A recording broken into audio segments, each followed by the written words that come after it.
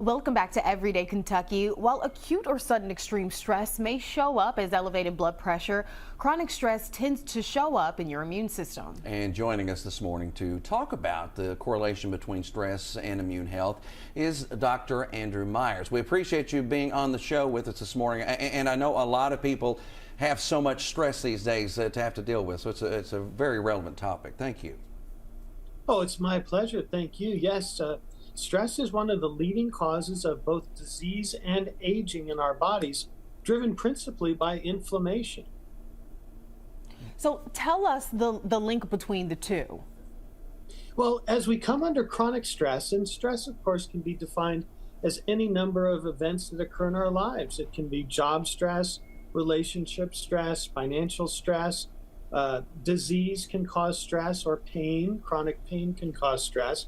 And what it leads to is the release of a chemical in the body called cortisol.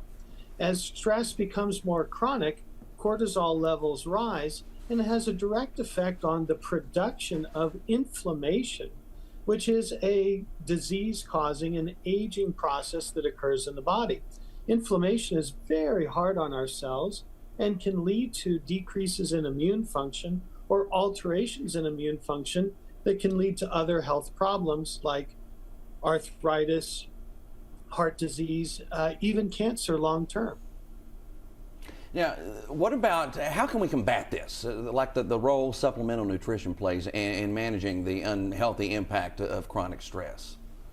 Well, that's a very, very good question. And in fact, today's diet is so deficient in nutrition that oftentimes to combat chronic stress, we really need to focus on supplements. And those nutrients that are most effective in terms of reducing inflammation include vitamins like vitamin C, vitamin D3, vitamin K2, the mineral zinc, which has a lot of research that shows that it helps to boost and support immune function over time, normalizing inflammatory reactions. And then, of course, one of my favorites, which is fish oil or omega-3, which has a direct impact on the inflammatory processes that are driven by chronic stress.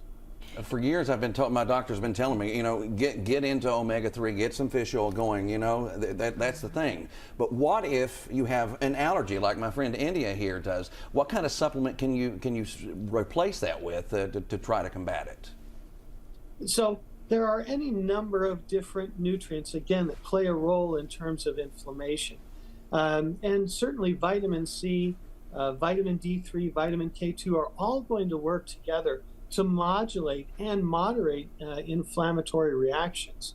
For someone who is not allergic or doesn't have problems with fish, one of the strongest factors in terms of regulating and actually controlling and normalizing inflammatory responses is omega-3. And I recommend that to all of my patients on a daily basis. And in fact, have found that there are new delivery systems that actually make it so much easier to take omega-3 than ever before. In fact, there's a chewable version that I absolutely love. It's not a gummy, but it's like a gummy. And it has a very high payload. You can see it right here, and it literally delivers a high-dose omega-3 in a chewable form with no sugar that tastes great, with no fishy burps or aftertaste. It's just a wonderful invention, and it's really revolutionized my practice in terms of patients who are concerned about taking omega-3 on a daily basis without having those issues, and it's called Concordix.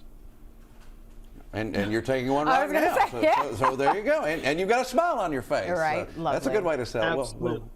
We appreciate you being on the show here this morning.